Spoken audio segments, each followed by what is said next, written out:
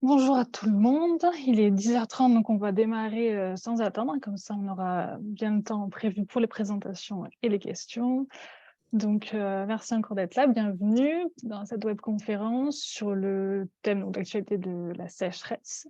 Donc la webconférence est organisée par l'Office international de l'eau en collaboration avec le Centre de ressources cours d'eau de l'Office français de la biodiversité. Et pour me présenter, je suis Julie Imanier, je suis chargée de projet, à l'OIO. Donc je vais d'abord vous redonner quelques, éléments de contexte et techniques pour la webconférence avant de dérouler les présentations. Donc cette webconférence, se place dans le contexte de la sécheresse. Vous le savez tous, il y a eu beaucoup de sécheresse ces 30 dernières années, notamment en 2019, 2020, 2022, évidemment pour les plus récentes. Et ce sont des événements qui posent d'importantes difficultés pour la gestion des ressources en eau et la préservation des milieux aquatiques. Et donc aujourd'hui, le but c'était alors pas de répondre parce que c'est complexe, mais d'essayer de fournir des éléments en tout cas de réponse sur les questions liées à la gestion de ces événements en conciliant le court terme, la gestion de crise et le long terme dans le contexte actuel du changement climatique et de voir un peu sur quels outils de suivi il est possible de s'appuyer. Donc, comme vous le voyez en fond, cette webconférence de 1h45 va se dérouler en 3 grandes parties, 3 grandes interventions. Donc, d'abord, Stéphane Loriot de l'EPTB Vienne sur la gestion quantitative de la ressource en eau du bassin de la Vienne. Ensuite, Bénédicte Durozois de l'OFB Centre Val-de-Loire sur les dispositifs de suivi justement et les décisions en contexte de sécheresse. Et Jean-Baptiste Fagot, le président aussi de la Fédération de pêche du Jura, qui vont un peu nous donner des éléments de suivi et d'action qu'ils mènent pour suivre et gérer la ressource en eau et préserver les milieux aquatiques face à la sécheresse. Donc à la fin de chaque présentation, on aura un court temps d'échange de questions-réponses. Et puis voilà, vous pourrez poser évidemment vos questions complémentaires après dans un second temps en écrivant aux intervenants, mais on aura un temps dédié à l'échange de questions-réponses. Donc, vous commencez à être habitués certainement pour beaucoup d'entre vous. N'hésitez pas à écrire dans le chat. Et pour répondre à la première question que je vois, oui, il y aura à tous les inscrits, on enverra bien la vidéo de rediffusion et les supports des intervenants, ainsi qu'un document de synthèse. Et donc, dans ce cas, j'en profite pour vous dire que la webconférence va donc être enregistrée, parce que si on veut envoyer la rediffusion en vidéo, c'est mieux. On commence par juste quelques questions un peu pour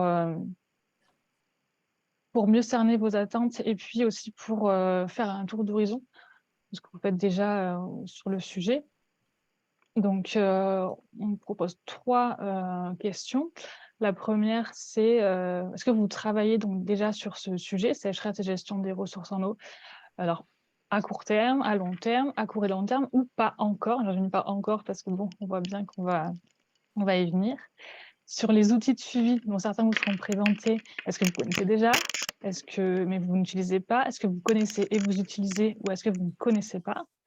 Et après, la troisième question, elle est plus en tant que réseau d'acteurs, quels sont présents ici un peu sur la même thématique. On vous demande quels sont vos besoins. Alors là, c'est le sujet sécheresse, mais globalement, en termes de gestion des milieux aquatiques. Voilà, je ne vais pas prendre très longtemps pour ce sondage. Merci, vous êtes déjà en train de répondre nombreux. Et j'en profite pour vous dire que voilà, vous êtes habitués, j'ai vu que vous avez des bonnes pratiques. On va essayer de réserver l'usage des micros et caméras aux intervenants. Et vous pouvez néanmoins donc utiliser le chat pour toutes vos questions. Donc, je ne peux pas projeter les résultats du sondage, mais en quelques mots sur la première question, on voit que vous êtes beaucoup, 55% à travailler plutôt à court et long terme déjà, et 20% qui ne travaillent pas encore sur le sujet, mais ça ne saurait tarder, je pense.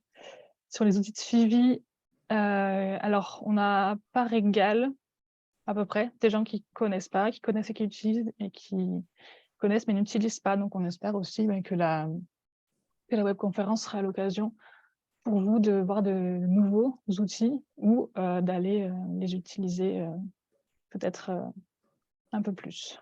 Et enfin, vous cherchez beaucoup des idées pour mon territoire. On espère aussi qu'aujourd'hui, on pourra vous en donner. Je m'arrête là. Merci beaucoup pour vos réponses et sans plus attendre, je vais laisser la parole à Stéphane Loriot pour la première présentation.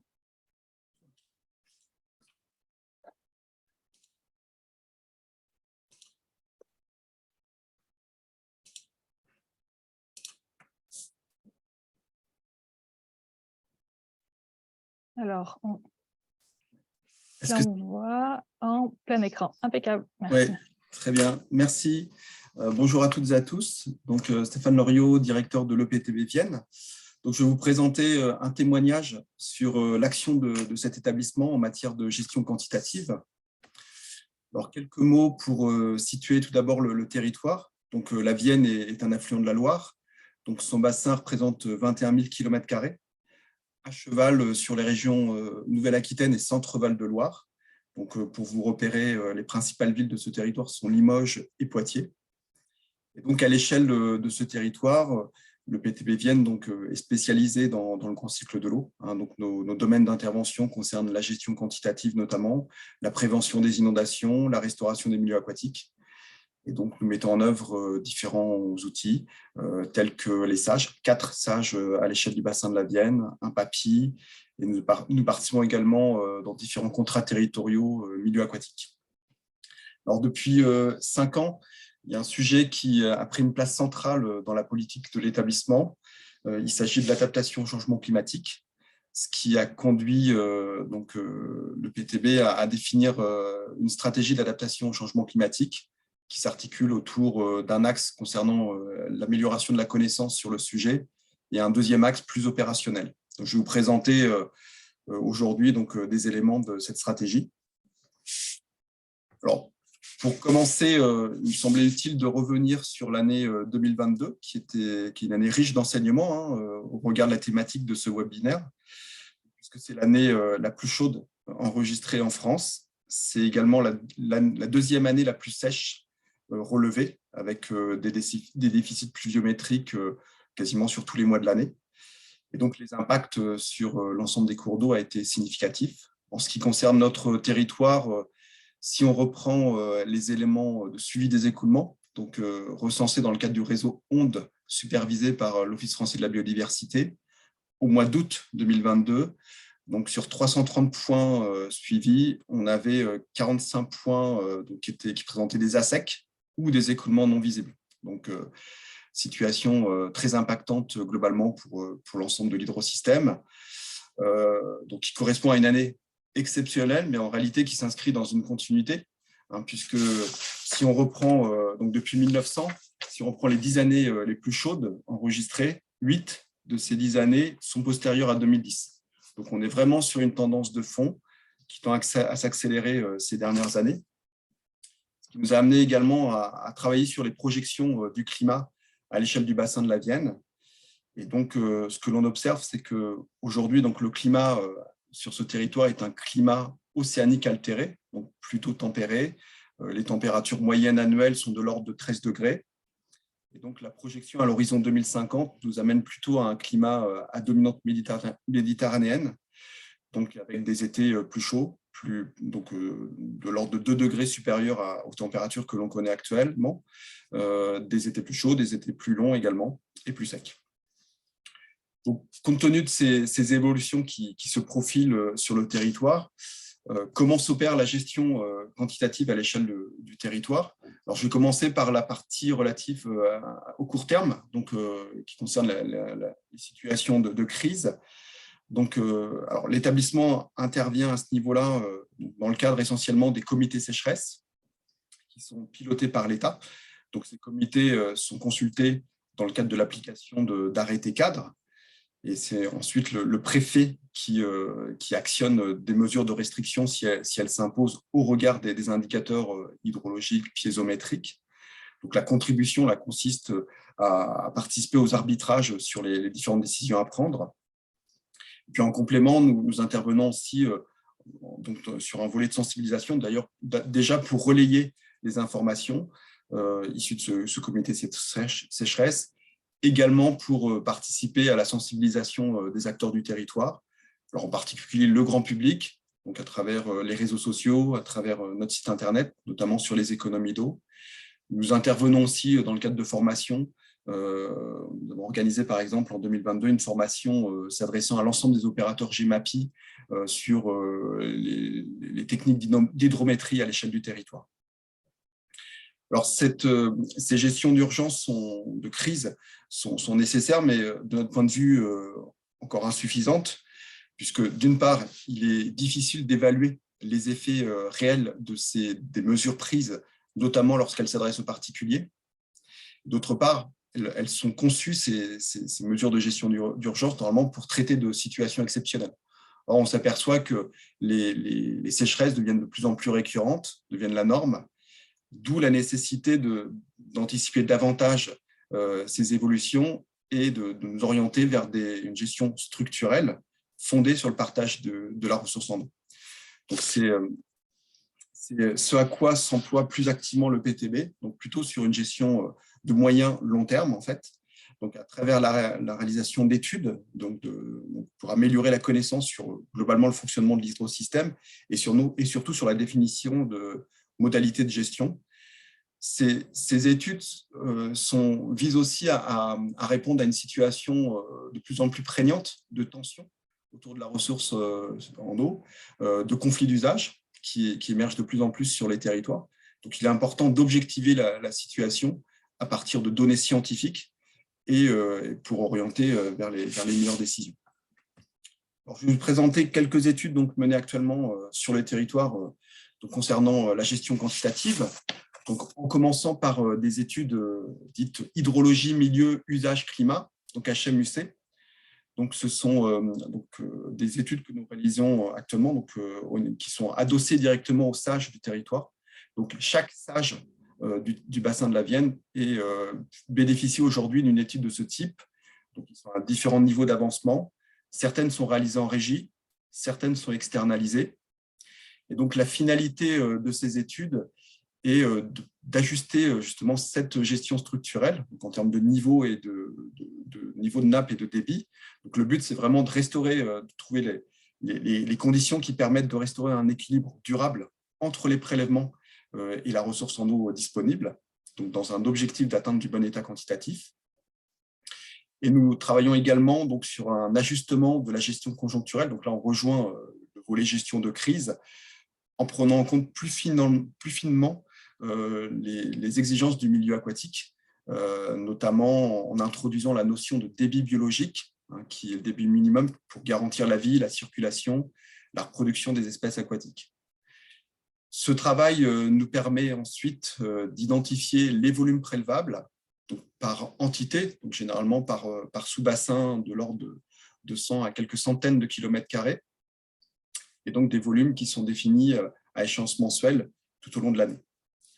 Alors, si on rentre un peu plus dans le détail de ces études, donc ce sont des études sur le long cours qui sont réalisées sur 2 à 3 années, qui intègrent de nombreuses phases de concertation avec l'ensemble des acteurs, l'ensemble des commissions, la commission locale de l'eau, mais aussi avec des comités élargis d'acteurs.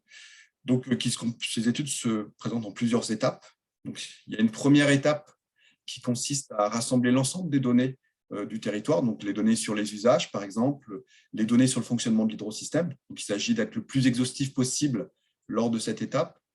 Néanmoins, les données sont souvent insuffisantes pour traiter correctement le contenu de cette étude-là. Donc, il y a des phases aussi d'acquisition de données complémentaires, donc des jaugeages sériés qui sont réalisés, des suivis piézométriques également, notamment pour définir les débits biologiques en appliquant les méthodes type Estimab. Une fois, donc, nous travaillons également sur la modélisation, notamment pour projeter l'évolution des débits sur les prochaines années. Et une fois que l'ensemble de ces éléments est réuni, nous passons à la phase vraiment de détermination, d'une part des débits d'objectifs d'étiage, toujours par unité de gestion. Donc, ce sont les débits que l'on doit respecter en moyenne 8 années sur 10 pour atteindre le bon état des eaux, et s'affranchir au maximum de la gestion de crise. Donc, une fois que ces débits sont déterminés, en découlent les volumes prélevables globaux. Puis, à partir de ces éléments, il y a une répartition qui s'établit selon différentes hypothèses entre les catégories d'usagers du territoire. Et puis, nous travaillons également sur des mesures d'adaptation pour accompagner ces évolutions, hein, puisqu'elles se traduisent notamment sur les territoires qui connaissent des prélèvements importants par des diminutions de prélèvements qui peuvent être significatifs. Je pense notamment à l'irrigation, où on a des baisses qui peuvent atteindre moins 50% par rapport aux autorisations actuelles. Alors, à l'issue lorsque ces études sont finalisées, donc, ces études ont vocation à alimenter le volet quantité d'usage et ensuite pouvoir bénéficier de la portée juridique du SAGE, donc d'être rendu opposable aux différentes catégories d'usagers concernés par ces nouvelles conditions d'utilisation de la ressource en eau. Pour les SAGE qui sont mis en œuvre, cela implique une révision du volet quantitatif du SAGE, donc ce qui rajoute plusieurs mois donc, au processus.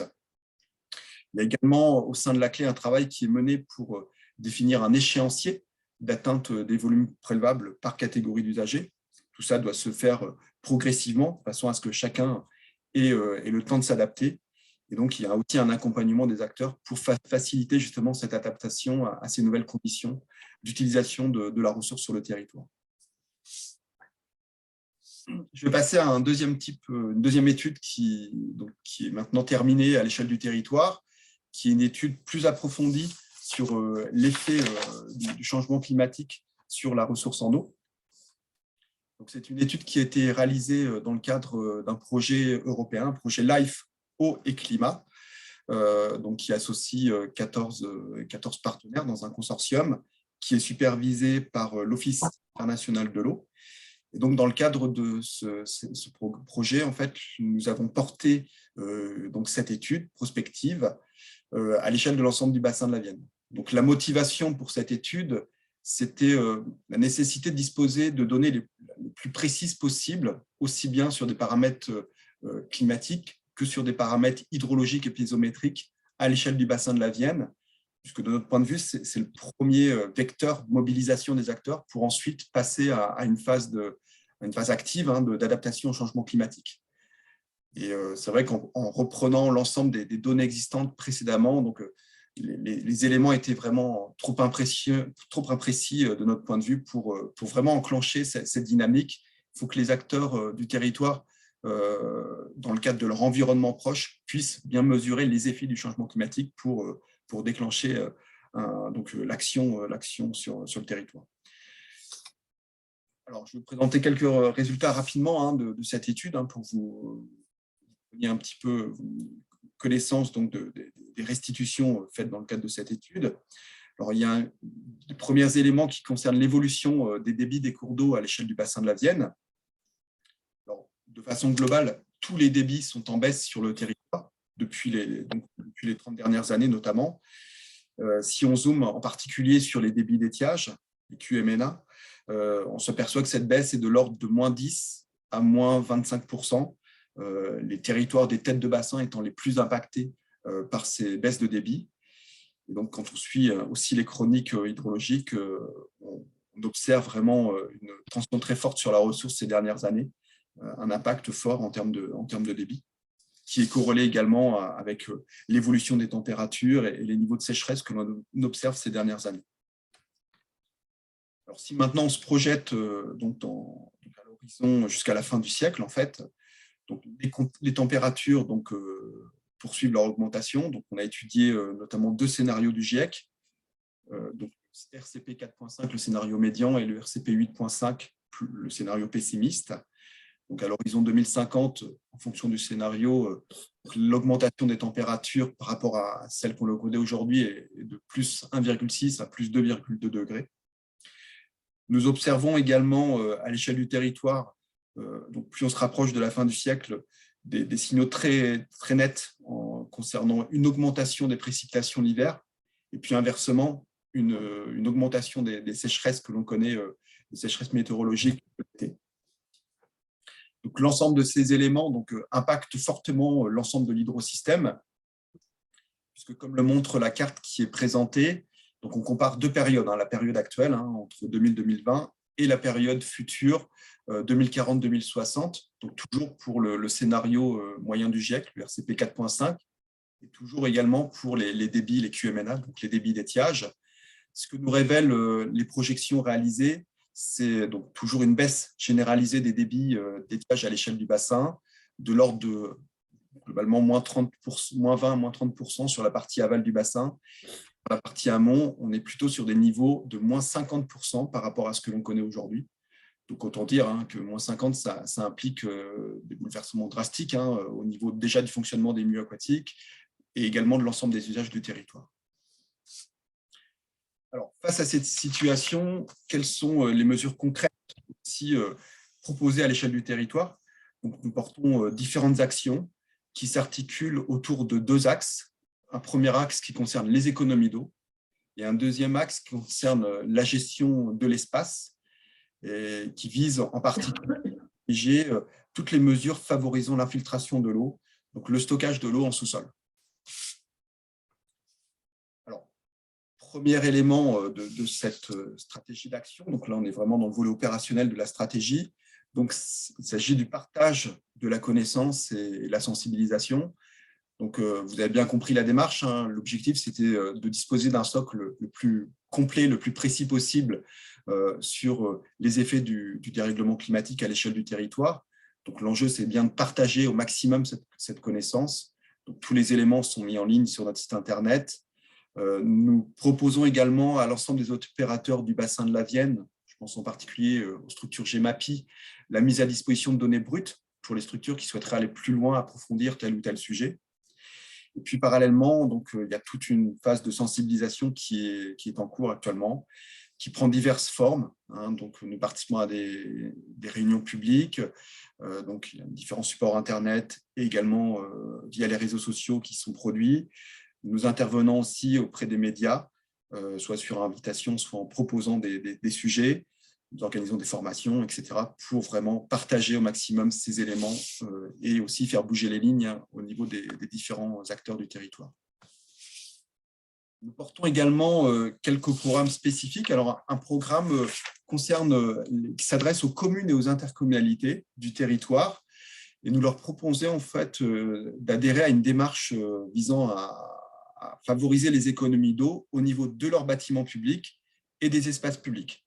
Donc, on cible par exemple les communes, les écoles, les cantines, les gymnases, les piscines, etc. Donc, ce programme consiste pour les communes et intercommunalités volontaires, donc, il a été dimensionné pour une quarantaine de communes EPCI, donc à identifier les bâtiments qui sont intéressants pour bénéficier de ces investigations. Donc, il y a un audit qui est réalisé, un diagnostic de l'ensemble des équipements pour dégager l'ensemble des gisements d'économie qui sont donc envisageables sur ces bâtiments. Et ensuite, on propose un programme d'action avec différents niveaux, notamment différents niveaux d'investissement, donc pour réaliser des économies d'eau. Donc, généralement, en fait, on dégage facilement pas mal de gisements d'économies d'eau possibles sur les communes bénéficiaires. Donc, toute cette opération s'inscrit dans le cadre d'un conventionnement avec les communes. Donc, le PTB donc, fait appel à un prestataire, donc a mandaté un prestataire qui est mis à disposition des communes pour réaliser l'ensemble de ces démarches. Donc, c'est une démarche qui connaît un vif succès actuellement sur le territoire, qui a également été récompensée cet automne là, dans le cadre des trophées de l'eau. Autre type d'intervention que nous déployons sur le territoire, sur un angle totalement différent, puisque là, il s'agit d'intervenir au niveau des plans d'eau, puisque l'une des particularités du bassin de la Vienne est de compter un nombre important de plans d'eau. Donc, la densité de plans d'eau à l'échelle de ce territoire est 2 fois supérieure à celle que l'on rencontre au niveau national. Donc, c'est vraiment une singularité de ce bassin. Donc, ce sont des plans d'eau relativement récents pour la plupart, qui ont été construits donc, il y a quelques décennies, puisque en 1960, on en dénombrait à peu près 3300 sur le bassin de la Vienne, et aujourd'hui, on en dénombre plus de 24 500. Donc, ce sont des plans d'eau qui ont été réalisés pour la plupart entre les années 60 et les années 80. Et donc, ces plans d'eau présentent un certain nombre d'impacts sur notamment sur les milieux aquatiques, notamment lorsqu'ils sont mal conçus au départ et mal gérés.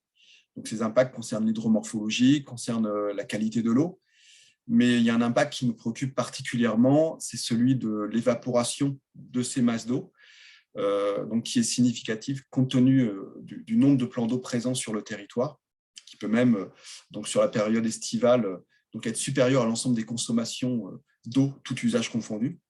Donc c'est ce qui nous a conduit donc à actionner, d'abord à développer une stratégie étang qui s'adresse aux propriétaires de plans d'eau et qui vise à les aider à limiter les impacts de leurs plans d'eau sur le milieu aquatique, donc ce qui a une dizaine d'années. Et puis plus récemment, il y a 2 ans, donc on a mis au point un dispositif d'accompagnement des propriétaires d'étangs en faveur de la suppression de leurs plans d'eau, donc qui propose à la fois un accompagnement technique, administratif, et également une prime pour les inciter à supprimer leurs plans d'eau à l'échelle du territoire. Le but étant de réduire globalement ce nombre de plans d'eau.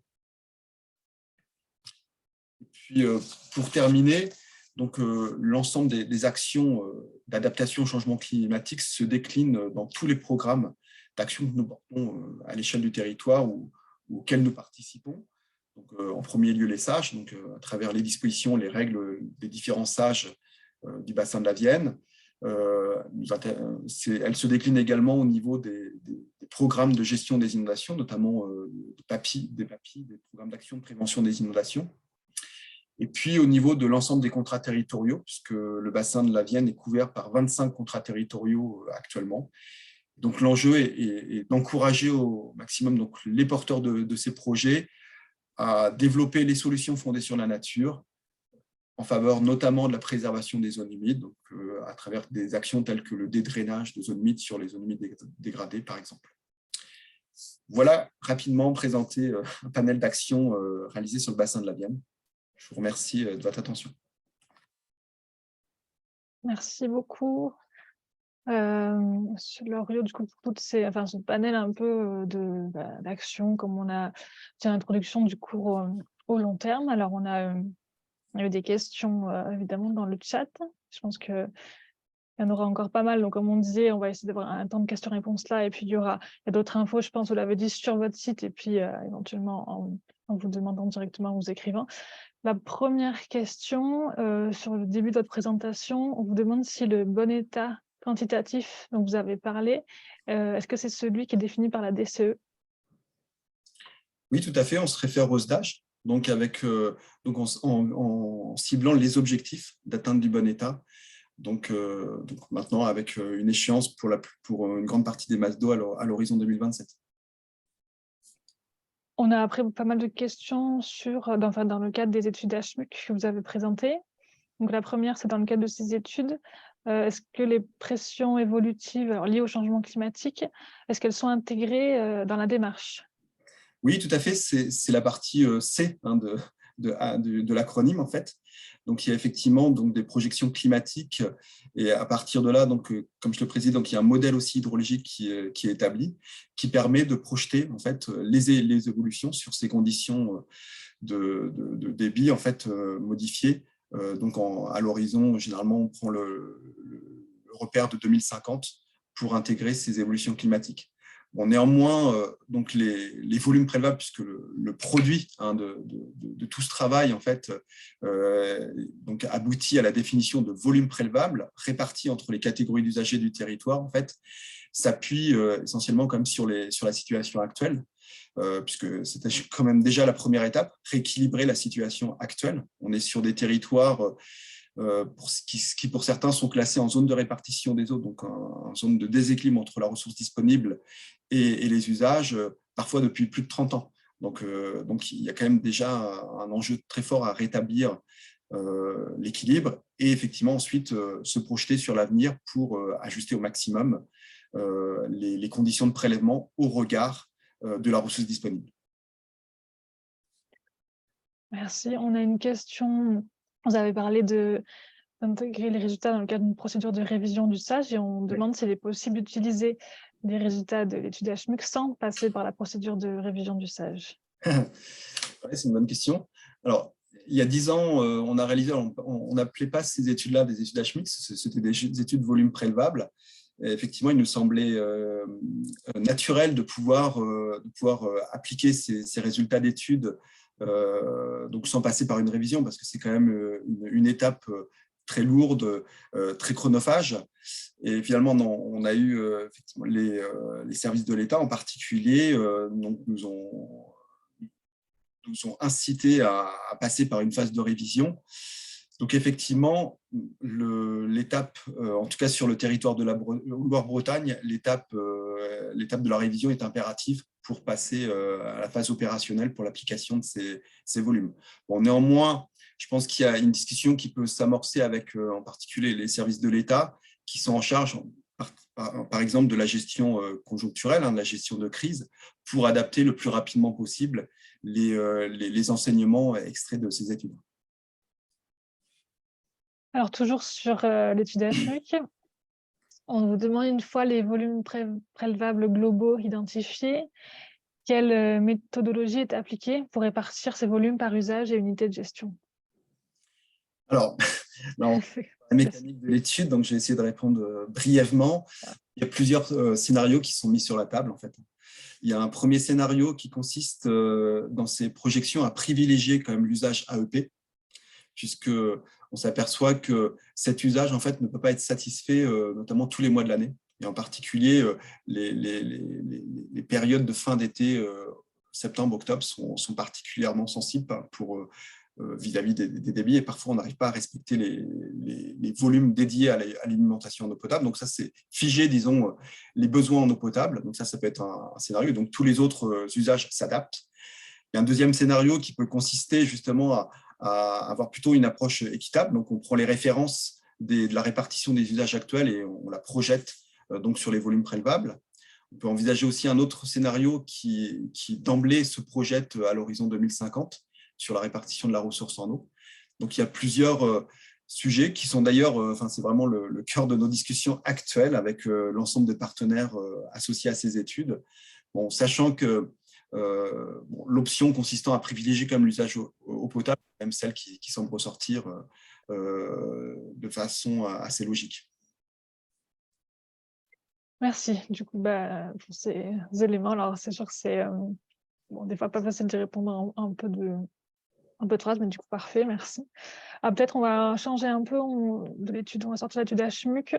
Il y a une question sur, alors là où vous pouvez répondre de votre positionnement, mais quelles sont les positions, alors des DDT Vienne, donc du territoire, je pense Creuse, Vienne, Haute-Vienne, par rapport au rejet des stations d'épuration dans les cours d'eau, notamment pour les nouveaux projets ou renouvellement d'arrêtés. De ce que vous pouvez en dire, vous, peut-être. Parce que... dans le cadre des études HMUC? Non, je pense que... Oui, je pense que oui. Oui, d'accord. Bon, parce qu'il y a eu effectivement un débat sur, notamment par rapport au calcul des volumes prélevables. Est-ce qu'on intègre ou pas les rejets est-ce qu'on prend en compte ou pas les rejets dans le calcul des volumes prélevables? Alors, effectivement, ils sont bien intégrés. Ça fait partie d'éléments de mémoire qui ressortent aussi d'un guide qui a été produit au niveau du district Loire-Bretagne pour aider les opérateurs s'engageant dans ces études HMUC. Sinon, après, voilà la réponse que je peux donner à ce sujet-là. Merci. Alors, on va peut-être, on a encore quelques petites minutes, on va passer ce que vous avez parlé donc de la suppression des plans d'eau. Oui. Et là, il y a un peu 3 questions. Donc déjà, pourquoi réduire le nombre de plans d'eau et pas valoriser la ressource? Et une question à coller, pourquoi parle-t-on d'évaporation au niveau des plans d'eau et pas pour les retenues de substitution? Alors, pourquoi nous nous intéressons aux plans d'eau? Donc, je l'ai précisé, donc on est sur un territoire particulier qui compte un nombre très important de plans d'eau. Bon, aujourd'hui, vous avez vu les projections. On a réussi donc à mobiliser aussi beaucoup de compétences pour affiner au maximum ces projections d'impact du changement climatique donc au cours des prochaines années. Et puis, la réalité que nous vivons par rapport aux événements récents nous montre effectivement que les impacts sont très forts. Donc, la politique de l'établissement, c'est d'agir tout azimut, donc essayer d'actionner tous les leviers possibles pour limiter finalement l'impact sur la ressource en eau du territoire. Donc, il était difficile d'éluder la question des plans d'eau à l'échelle du territoire. L'évaporation des plans d'eau, donc on l'a recalculé sur notre territoire, c'est 0,4 litres par seconde et par hectare sur une période qui va du mois de mai au mois d'octobre. Et donc, en cumulé sur les 24 500 plans d'eau, on a des niveaux donc de surévaporation. Donc, on compare en fait la surface en eau avec quelle serait s'il n'y avait pas de plan d'eau. La surévaporation donc, est très significative. Hein, comme je le disais, elle est supérieure même à l'ensemble des usages confondus. Donc, il y avait vraiment un enjeu très fort à agir sur les plans d'eau, d'autant plus que beaucoup de plans d'eau aujourd'hui sont sans usage, ont été créés il y a quelques décennies.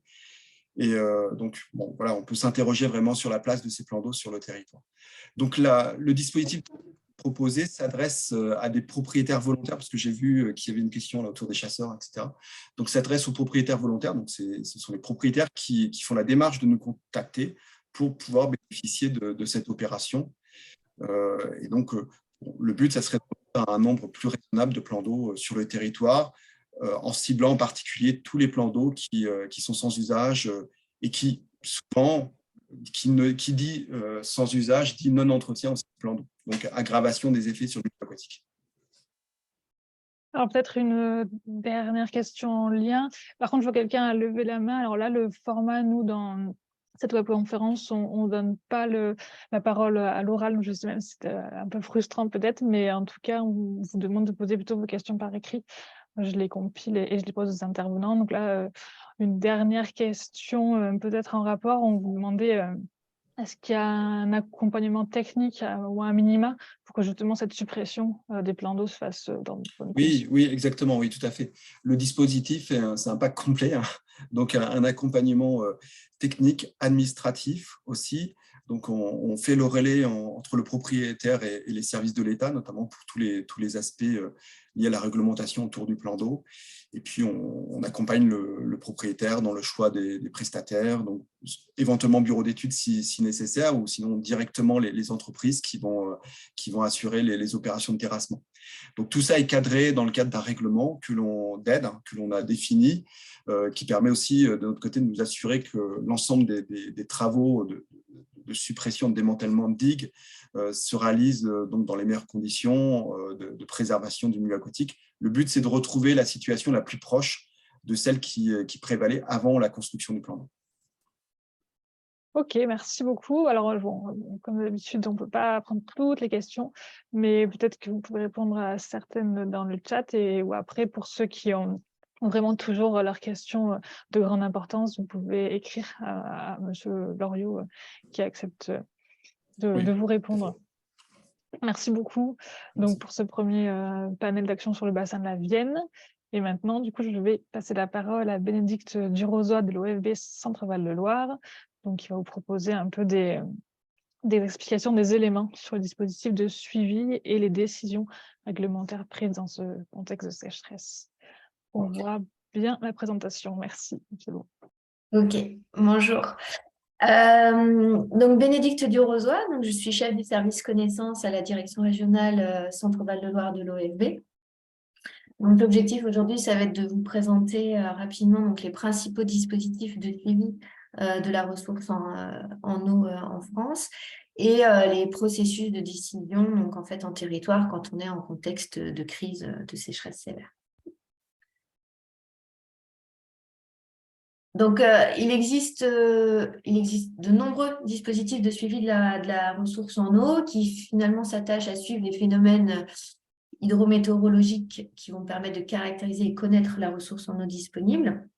Donc ici, je ne suis pas exhaustive, il existe différents types de suivi, mais le principe, c'est de vous présenter les principaux et ceux qui sont le plus souvent utilisés comme outils pour la prise de décision en contexte de sécheresse.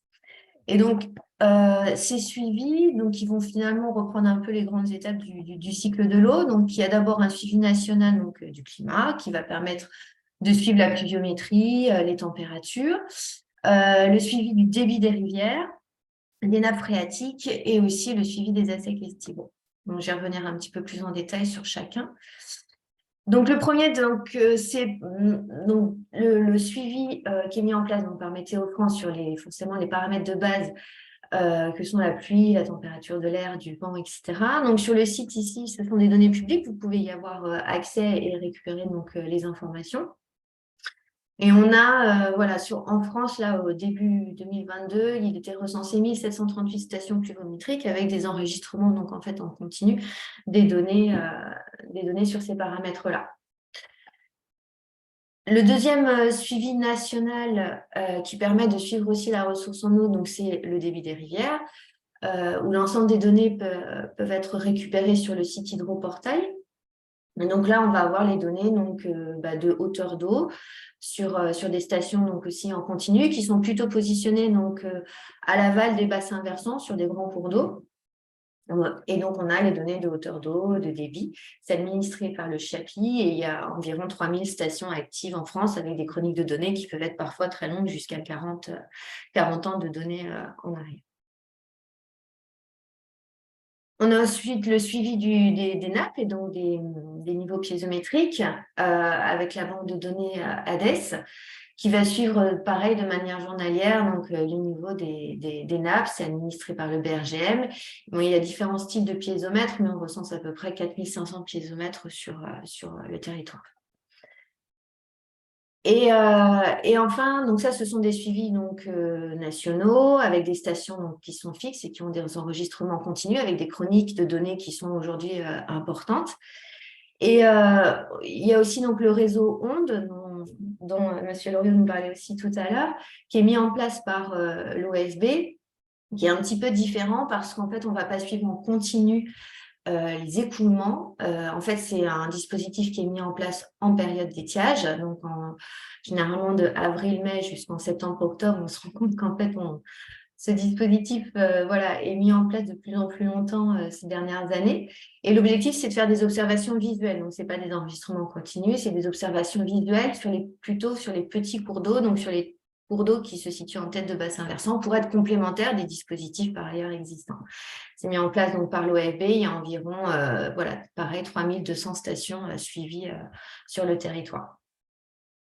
Et je voulais vous présenter rapidement le type d'interprétation, de valorisation qu'on peut faire aussi à partir de ce réseau ONDE.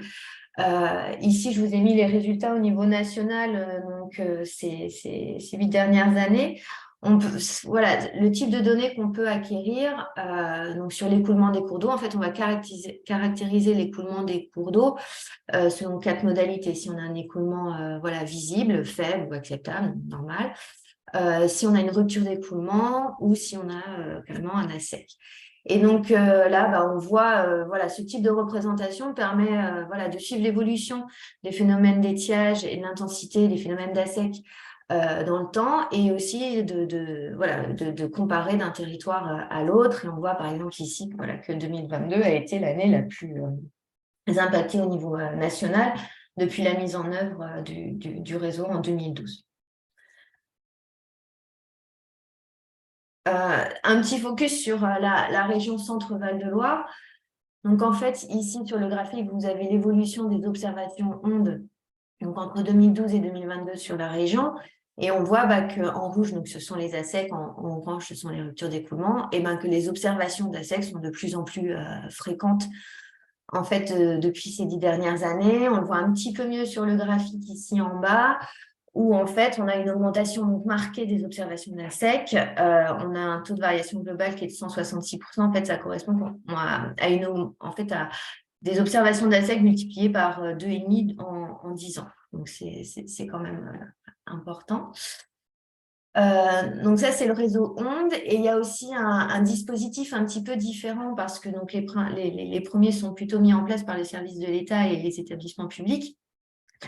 Et il y a un nouveau dispositif depuis 2017 qui s'appelle Enquête d'eau et qui en fait est basé sur le même système d'observation de l'écoulement des petits cours d'eau que ONDE, mais qui fait appel aux sciences participatives. C'est-à-dire que n'importe qui, tous les citoyens, tout le monde peut donner des informations sur l'écoulement des cours d'eau. Et donc, il y a une plateforme qui est mise à disposition par l'OFB. Aujourd'hui, donc c'était depuis 2017 et donc le projet monte un petit peu voilà, en puissance depuis, surtout donc avec la répétition des phénomènes de sécheresse. Et donc là aujourd'hui, on est à peu près en 2022, il y a eu à peu près par exemple 7000 observations de bancarisées dans ce dispositif avec environ 800 observateurs qui sont voilà, il y a beaucoup d'acteurs de l'eau. Mais il y a aussi des citoyens et c'est aussi une façon de sensibiliser en fait les citoyens aux problèmes des écoulements des cours d'eau. Voilà pour les principaux dispositifs. Donc, comme je disais au début, ce sont enfin voilà, il en existe d'autres. Il y a d'autres outils qui permettent d'aider à la prise de décision en contexte de sécheresse, mais ceux-là sont ceux qui sont principalement repris en fait dans les arrêtés 4 sécheresse dont je vais revenir là tout à l'heure. Donc, tout ce processus de décision, en fait, en contexte de sécheresse, il s'appuie sur des textes et réglementaires. Et donc, suite à la sécheresse de 2019, les choses ont un petit peu évolué. Il y a 2 nouveaux documents réglementaires qui sont sortis sur la gestion de la ressource en eau. Donc, il existait d'autres choses avant, mais ça a permis, donc en fait, cet épisode de sécheresse 2019 a permis quand même de recadrer certaines choses. Et donc, il y a un décret de gestion quantitative donc, qui est sorti en 2021 et qui, lui, va s'attacher plus à modifier certaines dispositions du Code de l'environnement sur la notion de gestion quantitative de la ressource en eau.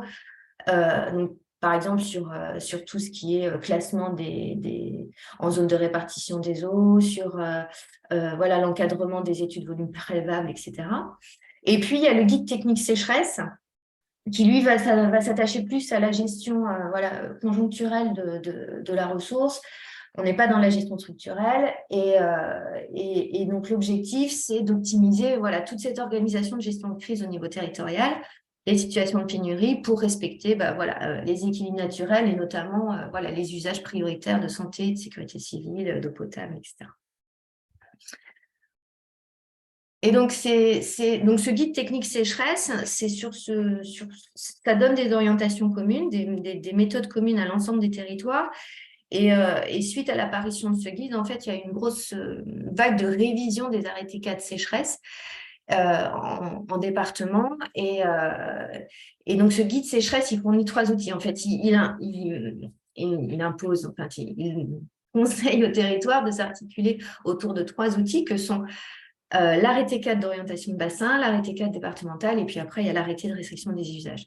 Donc, en fait, chaque grand bassin hydrographique va devoir mettre en place un arrêté 4 d'orientation, c'est-à-dire des prescriptions minimales sur la manière dont va être suivi cet épisode de crise et les conditions, par exemple, de déclenchement des restrictions, quelles mesures de restriction appliquer à quel usage en fonction de quel contexte. Ça va donner aussi les grandes lignes sur les conditions d'application des dérogations. On doit aussi s'attacher à une certaine garantie solidarité amont-aval entre les bassins, etc. Donc, ça va donner des prescriptions globales, minimales. Et après, à chaque département, de décliner en fait cet arrêté 4 sécheresse de bassin en arrêté cadre départemental, où là, on va avoir une déclinaison beaucoup plus opérationnelle, beaucoup plus adaptée au territoire, et qui va définir l'ensemble des règles à appliquer en cas de situation de crise, en cas de situation de pénurie. Et le 3e outil, ça va être donc l'arrêté de restriction des usages, qui, lui, voilà, en fonction des conditions qui sont définies dans cet arrêté 4 départemental, va engendrer donc la prise de restriction des usages de l'eau si la situation le nécessite. Donc, concrètement, comment ça se passe pour l'arrêté cadre départemental? En fait, il est basé, donc, il y a différentes étapes. Dans un arrêté cadre, sécheresse départementale, donc, qui est mis en œuvre par les DDT, le principe, ça va être de découper le département en zones d'alerte sécheresse. Et donc, ces zones d'alerte sécheresse, ça correspond en fait à des unités hydrologiques, à des bassins versants cohérents.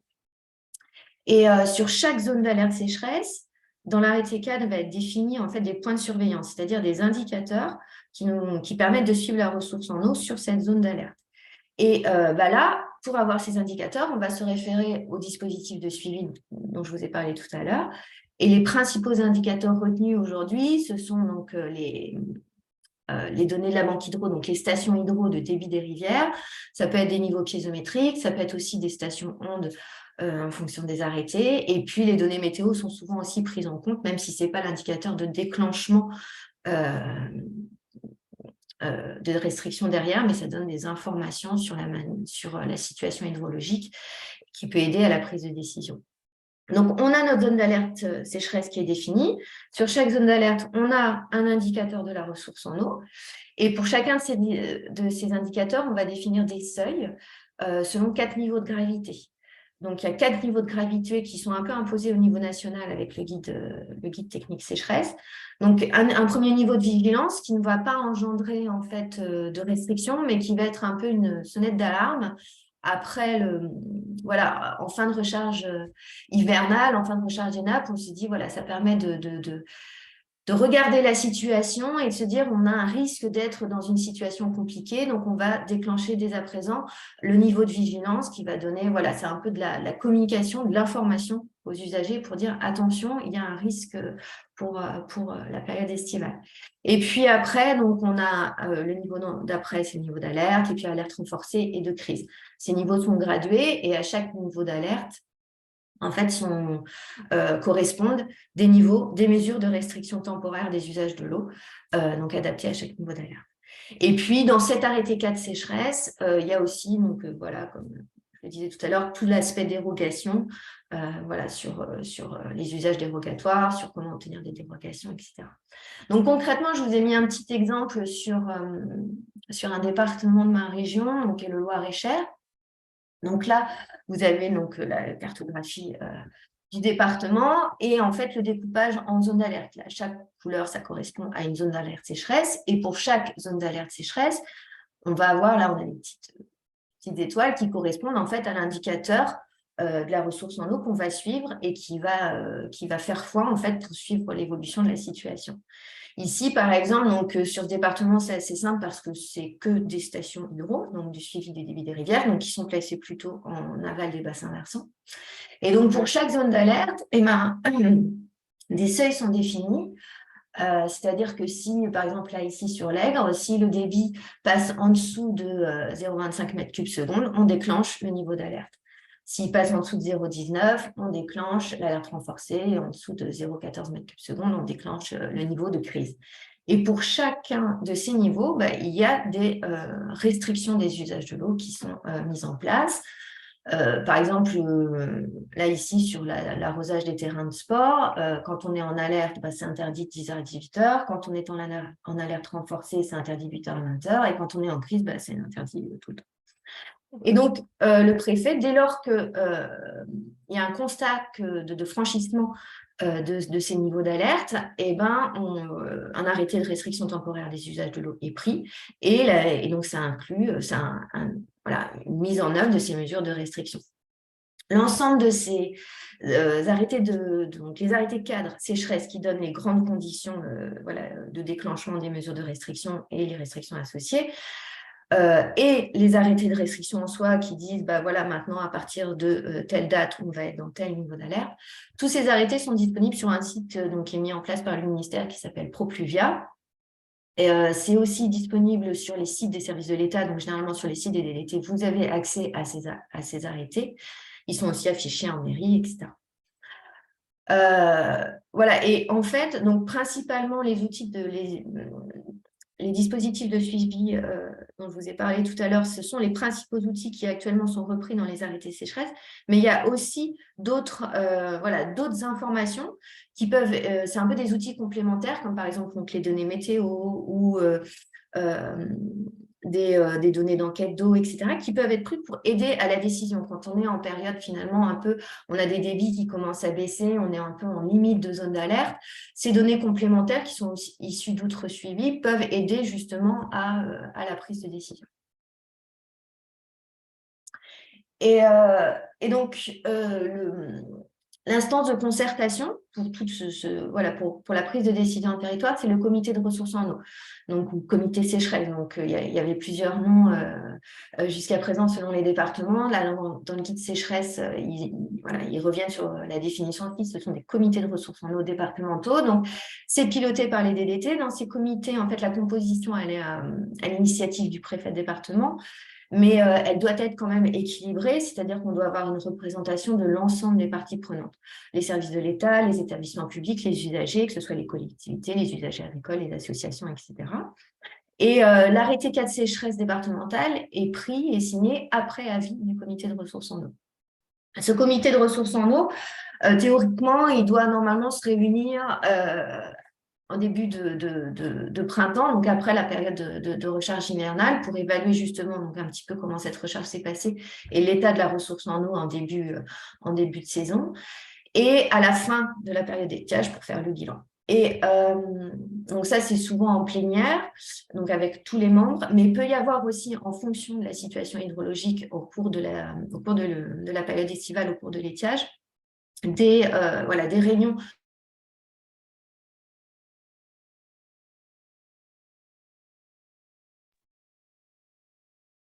On a perdu Bénédicte pour l'instant. Ouais, donc, ce qui est bien, c'est que vous avez pu déjà avoir une bonne partie de la... sur le CACH, donc, qui est le comité d'anticipation et de suivi de la situation hydrologique, donc là, qui est l'instance nationale, en fait, qui a été créée en 2021. Donc, il existait quand même une instance au niveau national avant, qui s'appelait le Comité national de suivi hydrologique. Donc là, suite à la sécheresse de 2019 et la réorganisation un petit peu de tout ça, maintenant, ça s'appelle le CACH. Et donc, l'objectif de cette instance en fait, nationale, qui est pilotée par le ministère, c'est d'échanger, d'informer sur la situation hydrologique pour accompagner les territoires dans l'anticipation de la crise et dans la gestion de la crise. Son rôle est aussi de proposer des recommandations et des actions, soit préventives, soit compensatrices, qui sont rendues nécessaires par la situation hydrologique. Et ils ont un petit peu le même fonctionnement que les comités de ressources en eau en territoire. Donc, l'objectif, c'est de se réunir 2 fois par an à la fin de la période de recharge au début du printemps et puis à la fin de la période d'étiage pour faire un petit peu un bilan. Mais ça peut aussi, voilà, ce CACH peut aussi se réunir de façon plus importante en fonction de la situation hydrologique. C'est aussi le CACH qui va coordonner les actions nationales de communication. Voilà, ces membres, c'est pareil, c'est comme les comités de ressources en eau au niveau territorial, c'est surtout donc l'État, les établissements publics et des représentants des collectivités territoriales, des usagers. Il peut aussi y avoir des experts scientifiques qui viennent apporter donc, des informations sur la situation en cours pour aider voilà, à la gestion de crise en territoire. Voilà, je vous remercie de votre attention. Merci beaucoup. Merci pour le panel des outils, un peu des explications des prises de décision, des documents réglementaires et des comités. Donc, on a encore une fois pas mal de questions. Donc, on va prendre une petite dizaine de minutes pour essayer d'y répondre. Et donc, du coup, moi, je vous dis merci. Il y a aussi beaucoup de participants qui vous disent merci d'ailleurs pour votre présentation. Alors, on a une première question. Alors, on vous demande si les réseaux de surveillance sont suffisants dans les territoires. Je peux peut-être me permettre de le reformuler en disant est-ce qu'ils atteignent les objectifs ou est-ce que des évolutions sont prévues dans ces réseaux compte tenu des dernières années?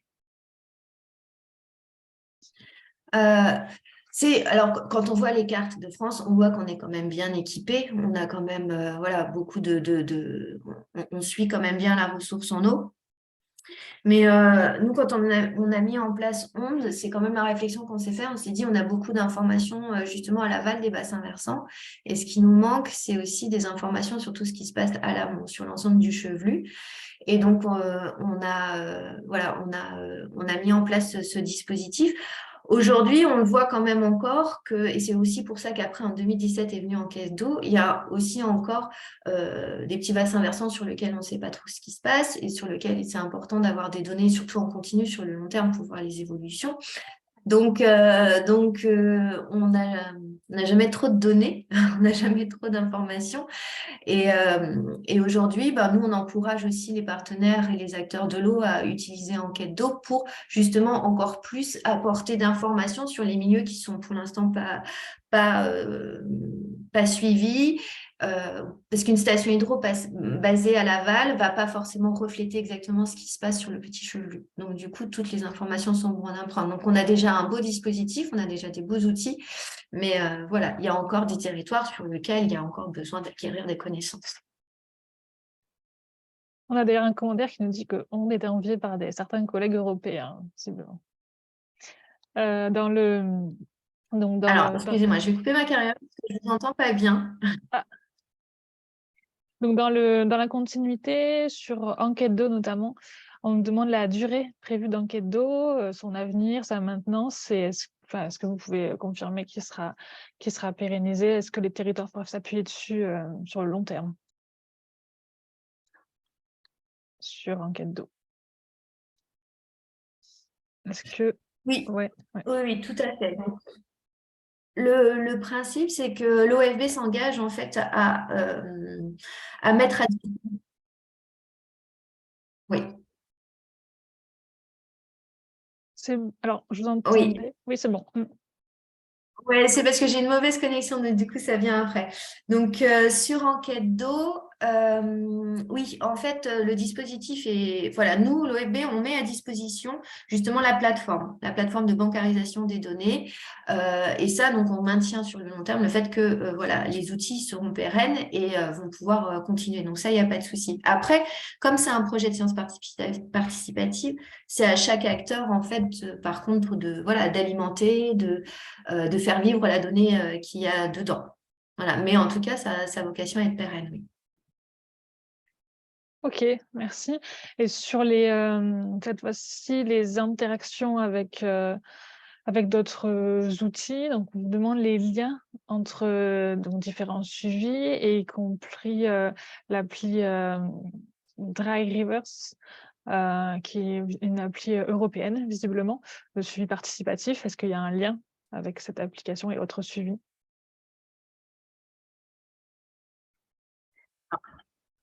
Excusez-moi, j'ai mal entendu. Je ne sais pas s'il n'y a que moi qui vous entends mal ou Je pas. pense qu'on doit avoir un Est-ce que vous décalage pourriez de... répéter? Ah, Ouais. est-ce qu'il y a un lien entre différents suivis? Il y a notamment l'application Drivers qui est citée. Oui. Oui. L'application donc Drive Rivers même, c'est mis en place donc par l'INRAE. Et en fait, c'est un projet plutôt européen. Donc, en fait, du coup, c'est une plateforme qui reprend un peu, c'est clair, les mêmes modalités d'observation des écoulements des cours d'eau, mais à l'échelle européenne, parce que c'est dans le cadre d'un projet, le projet SMIRES européen. Donc, c'est complémentaire. C'est complémentaire. Et donc, mais du coup, on a des données plus au niveau européen avec ce dispositif. Et dans la continuité, mais peut-être vous y avez déjà un peu répondu, est-ce que des données de gestionnaires locaux, type relevé régulier des niveaux d'eau, pourraient être acceptées pour être valorisées dans des banques de données nationales? Alors, vous avez parlé d'enquête d'eau, mais peut-être je vous laisse donner des précisions. Le principe d'enquête d'eau, alors pour l'instant, il n'y a pas derrière Enquête d'eau, il n'y a pas de système de validation de quoi que ce soit de la donnée. Donc, il n'y a pas, nous, on ne va pas, par exemple, reprendre, voilà, on ne va pas mélanger les données Enquête d'eau et les données ondes, mais ces données-là peuvent quand même, enfin, voilà, si le dispositif qui est mis en place par l'observateur d'enquête d'eau, voilà, il revient sur la même station, parce que, enfin, il faut pouvoir exploiter les données derrière, ces données des sciences participatives. Donc, du coup, on espère avoir une quantité très importante de données pour pouvoir en tirer quelque chose, mais tant que la quantité de données n'est pas extrêmement, enfin voilà, des milliers et milliers de données, des dizaines de milliers de données, on ne peut pas sortir des grandes tendances. Par contre, ce qui peut être fait avec ces dispositifs, c'est que lorsque les acteurs de l'eau participent au comité de ressources en eau, ils peuvent apporter ces informations qui sont du coup complémentaires pour l'aide à la décision. Donc ça, après, ça dépend du format du comité de ressources en eau, ça dépend des acteurs impliqués, etc. Mais voilà, ça peut être des données en plus qui permettent d'aider à la décision. Merci. Peut-être une dernière question sur vraiment les réseaux. Est-ce qu'il y a des dispositifs d'aide financière de l'OFB pour créer et développer des dispositifs de suivi? Ou est-ce que vous êtes au courant, hors OFB, peut-être d'aide financière? Alors, pas à ma connaissance. Après, l'OFB met voilà, il y a souvent des appels à projets, des appels Mob Biodiv, etc. Mais il n'y a pas de financement particulier. Enfin, à part ces processus d'appel à projet, il n'y a pas de financement particulier. Mais comme généralement, il y a quand même déjà un bon suivi de la situation hydro, comme nous, on met en place aussi, notre réseau n'a pas forcément vocation à financer des suivis autres. Merci pour ces Et éléments. d'autre part, Non, je vous laisse finir, peut-être. non, mais après, pour les autres sources de financement, je connais un petit peu moins, mais voilà. J'identifie pas actuellement une structure spécifique porteuse qui pourrait financer ce genre de suivi. Ok, merci. Mais ça ne veut pas dire que ça n'existe pas, mais je Oui. ne pas. Oui, il n'y a pas de financement fléché office. Peut-être une dernière question sur un peu les processus de prise de décision. Il y a des participants qui font remarquer qu'il y a souvent des problèmes liés au temps de latence entre justement le constat du problème et la prise de l'arrêté sécheresse. Alors, c'est plus une remarque, mais est-ce que vous savez s'il y a des éléments de réponse? Est-ce qu'il y a des choses qui sont mises en place dans ce sens? J'attends que la question vous arrive. Sur le délai de latence entre l'observation et la prise de décision? Oui, je pense que c'est ça. Oui, oui, mais c'est un constat qui avait été partagé et notamment donc en fait suite à la sécheresse de 2019, il y a eu tout un audit en fait par le CGEDD sur justement la gestion de crise par les services de l'État et c'était un point qui avait été souligné par le rapport de cet audit. Donc, en fait, dans le guide technique sécheresse, il préconise justement de pouvoir travailler donc, pour les services de l'État à un délai de latence qui se réduit et que les décisions soient prises rapidement. Après, il n'y a pas de mode opératoire très spécifique, mais en fait, c'est un point qui avait bien été alerté. Et donc, c'était l'objectif aussi à une refonte du site ProPluvia cette année. Et les DDT sont aussi bien sollicités pour que les arrêtés paraissent très vite, qu'une fois que la décision est prise, la signature de l'arrêté soit rapide et que surtout l'information aussi aux usagers soit faite rapidement. Donc c'est bien identifié et c'est bien une volonté de réduire ces délais de latence. Merci, super. Ouais, je pense que comme habituellement, on n'a pas pu traiter toutes les questions, mais on a essayé de faire un petit tour des questions qui vous ont été posées. Donc, merci beaucoup. Il y en a peut-être d'autres dans le chat pour ceux qui ont vraiment des questions très importantes, qui veulent vraiment avoir une réponse, vous êtes disponible dans la mesure du raisonnable pour répondre peut-être à ces questions par mail. Donc, merci beaucoup pour le temps de préparation et de présence. On va passer à la troisième intervention de Jean-Baptiste Fagot et du président de la Fédération de pêche du Jura sur encore des actions à différentes échelles de temps pour gérer et suivre l'impact de la sécheresse sur les ressources en eau et des milieux aquatiques. Je vous laisse la parole. Et on voit bien la présentation. Merci. Oui, bonjour à tous. Donc, Jean-Baptiste Fagot, donc Roland Brunet. Donc, on va essayer, donc je vais vous présenter quelques éléments techniques et on pourra vous répondre à deux voix pendant les temps de questions. Donc, je vais essayer d'avoir de la voix jusqu'à la fin. Je suis désolé pour ces conditions, mais on va faire au mieux. Donc, tout d'abord, un petit mot quand même sur le type de structure que nous sommes. Donc, la Fédération du Jura pour la pêche et la protection des milieux aquatiques. Donc, c'est une association de type loi 1901, donc qui est présente dans tous les départements de France, qui est reconnue d'utilité publique et qui dispose d'un agrément au titre de la protection de l'environnement et dont les missions statutaires qui sont fixées de par la loi sont l'organisation, la promotion et la police de la pêche dans le département, mais également la protection et la mise en valeur des milieux aquatiques. Et de fait, le soutien aux associations agréées locales qui sont réparties au sein des territoires. Donc, je vais vous présenter différentes opérations qu'on a pu mener dans le cadre de cette sécheresse de 2022, avec différentes échelles temporelles, notamment, c'est un peu la clé d'entrée que j'ai essayé de retenir.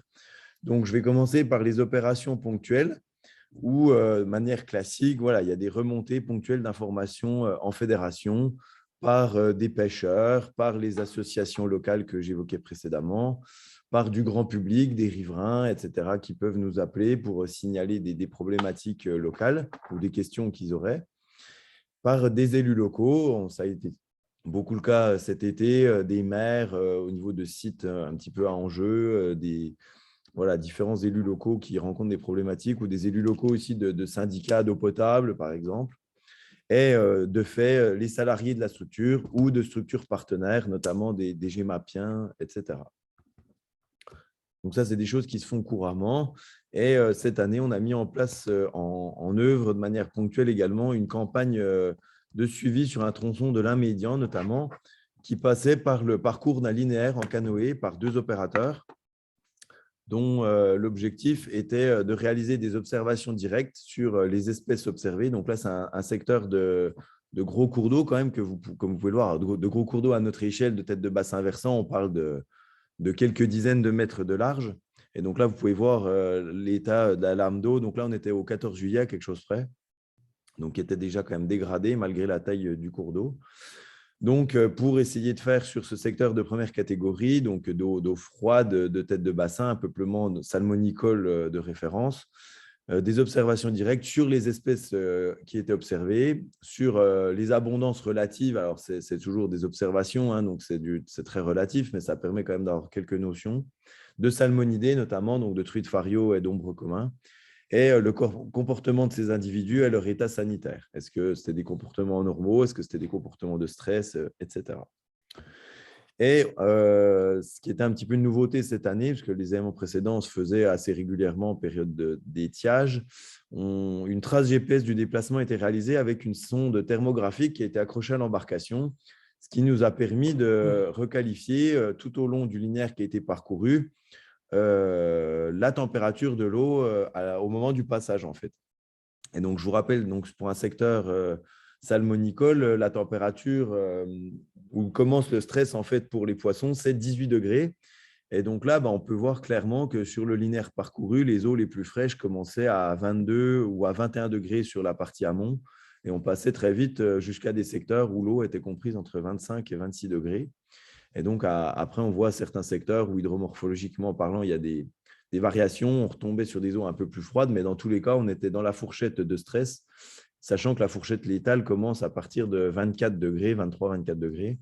Donc là, on était clairement dans des situations problématiques. Donc, mais voilà, cette campagne nous a permis de qualifier ça factuellement à un instant T sur un linéaire donné. Il y a aussi une autre opération ponctuelle qui a pu être menée cette année. C'est un partenariat en fait avec les professionnels du canyonisme et la direction départementale de jeunesse et des sports. Alors, je suis désolé, c'est l'ancien nom que j'utilise, mais vous voyez l'idée. avec l'installation ponctuelle de capteurs thermographiques, encore une fois, par les professionnels dans quelques canyons qui font l'objet d'une exploitation commerciale et durant 7 jours fin juillet.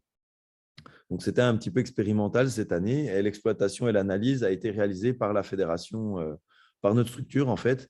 Donc là, on voit sur un canyon que j'ai représenté la distribution au cours de la journée en amont, donc en orange, et en aval de ce même canyon en bleu. Et donc là, on voit clairement que ça a permis d'apporter des informations sur le fait qu'il y a certaines tranches horaires durant lesquelles on est en phase de stress et qu'il y a sûrement des exurgences karstiques au sein du canyon parce qu'on voit que la température amont est nettement supérieure à la température aval. Donc voilà, ça permet de préciser les choses et de se dire qu'il va falloir affiner les éléments de connaissance et peut-être qu'une partie des canyons seront exploitables sans atteindre ces températures de stress pour les salmonidés et une partie où on ne pourra pas l'exploiter ou on peut l'exploiter sur certaines tranches horaires si on le souhaite. Enfin voilà, ça apporte des réponses, mais ça repose d'autres questions plus pragmatiques en termes de gestion et en termes de processus décisionnel. Un deuxième volet, ça va être des réseaux que je vais appeler activables, en fait, dont on a déjà pu parler précédemment, mais où là, je vais affiner un petit peu ce que nous, on a pu mettre en œuvre localement. Donc, c'est le suivi des étiages et notamment une inscription dans la démarche enquête d'eau. Donc là, c'est clairement complémentaire à ce qui est pu être présenté par M. Loriot et Mme Durozois précédemment. Donc, voilà, ce réseau qui est structuré par l'OFB, ce qui a pu être dit, avec un réseau de sciences participatives grand public qui est vraiment le complément du réseau ONDE, qui est le réseau professionnel OFB interne. Et donc, nous, on s'est inscrit dans une coordination départementale de ce suivi, en fait, pour avoir une action coordonnée, bien que ce soit des sciences participatives. On a utilisé la plateforme, mais de manière coordonnée, avec notamment les acteurs gémapiens du territoire, où du coup, on s'est calé sur les mêmes règles de fonctionnement que celles de ONDE, donc c'est-à-dire des campagnes usuelles au 25 du mois, à plus ou moins 2 jours, et le déclenchement de campagnes complémentaires au 5 du mois, à plus ou moins 2 jours aussi, si les conditions du milieu l'obligeaient. Et donc, il y a eu des campagnes. La première campagne a eu lieu dès le 25 mai, où on a déjà vu chez nous qu'il y avait des signaux d'alarme qui se mettaient en route. Et la dernière campagne qui a lieu à début octobre. Donc, 9 campagnes qui ont été réalisées, soit donc mensuelles, soit bimensuelles, avec une coordination territoriale, une répartition avec les différents acteurs pour qu'on soit efficace et pour ne pas repasser également sur le réseau ONDE, dont le suivi est assuré par le service départemental de l'OFB. Et donc, dans un second temps, ultérieurement à chaque campagne et au moment de chaque cellule de veille sécheresse, en fait, nous, on a réalisé alors je suis désolé, c'est forcément visible, mais c'est plus à titre d'illustration. Vous pouvez consulter ça lors de l'envoi des présentations. En fait, on a réalisé une valorisation à l'échelle départementale de tout le jeu de données et ONDE et enquête d'eau. Donc, ça représentait entre 100 et 150 points de mesure à chaque fois, en fait. Donc, sachant que le réseau ONDE à l'échelle départementale, c'est 42 points. Donc, on a clairement amplifié tout ça. Et en fait, on produisait des cartes, des évolutions temporelles. Là, c'est la figure de gauche sur un territoire de l'arrêté sécheresse. On voit à chaque fois, chaque point en fait, correspond à une des campagnes. Donc, on voit l'évolution chronologique par point, par territoire. Également, une représentation cartographique par territoire et également à l'échelle départementale complète. Et également, une représentation pour l'ensemble des points avec le nombre de mesures qu'on peut voir au-dessus. Et alors effectivement, on ne compare pas toujours les mêmes points, mais on a une volumétrie importante quand même à l'échelle du territoire et on voit bien l'évolution de la distribution des cours d'eau en écoulement non visible ou en ASEC au cours du temps, avec chez nous un pic problématique, en gros à mi-août. Pardon. Donc voilà, ces valorisations-là étaient réalisées avant chaque cellule de veille sécheresse et donc apportaient vraiment des aides à la décision qui correspondaient vraiment à des observations locales, notamment de tête de bassin, ce qui était évoqué précédemment par Mme Durozois, sur des secteurs où on n'a pas forcément de données hydrométriques et où la situation de terrain n'était pas forcément cohérente avec les constats hydrométriques en fermeture de bassin. Il y avait vraiment parfois des discordances et c'était vraiment complémentaire, quoi. Et donc là, j'attaque sur un dernier volet, donc les réseaux pérennes, en fait, où nous, suite à l'étiage de 2018, on a vraiment vu le besoin de données en temps réel ou subréel. Donc, on s'est tourné vers la mise en place de dispositifs de télétransmission pour compléter encore une fois les observations directes de terrain, avec l'installation et la maintenance de dispositifs réalisés en régie, notamment de température, de hauteur d'eau et d'oxygénation, avec des capteurs de terrain qui sont implantés de manière dure, potentiellement sur des secteurs de suivi hydrométrique, mais pas que, et une télétransmission, ce qui permet d'avoir des données fraîches de 24 heures au moment de la cellule de veille sécheresse avec l'historique des 8 derniers jours, par exemple, quoi. Donc, quelques illustrations des dispositifs qui ont pu être mis en place. Et ensuite, donc, il y a les données que nous, on a installées, mais également le moissonnage de données auprès de partenaires, notamment l'ADREAL, donc pas forcément les données hydrométriques, mais les données de thermie, parce qu'il y a certains dispositifs hydrométriques chez nous qui sont également équipés de capteurs de température, qui sont également télétransmis. Donc, ça représente dans notre département 5 à 6 points. Des données également acquises en temps réel par EDF sur quelques points également dans le département. Donc, nous, on va vraiment moissonner toutes ces données et pouvoir également les présenter en cellule de veille sécheresse et en réaliser un affichage sur une interface en ligne avec un accès restreint où on dispose, comme vous pouvez le voir, de l'historique des données avec les éléments par territoire, quoi. Donc ça, c'est vraiment un point important qui permet de simplifier la vie et de valoriser ces données qui pouvaient déjà être acquises depuis plusieurs années, mais qui après arrivaient sur un serveur et y restaient, n'étaient pas mobilisées au moment où on pouvait en avoir le plus besoin. Donc pareil, en termes de travail de terrain, il y a ce que j'appelle le fonds de connaissances. C'est chez nous, par exemple, cette année, la délimitation de secteurs en jeu par le survol via une mission aéroportée d'une partie de l'Ain, une grande partie de l'Ain chez nous, dans le Jura, et de la Bienne, donc plusieurs dizaines de kilomètres, afin de réaliser des prises de vue classiques, mais également des prises de vue infrarouges.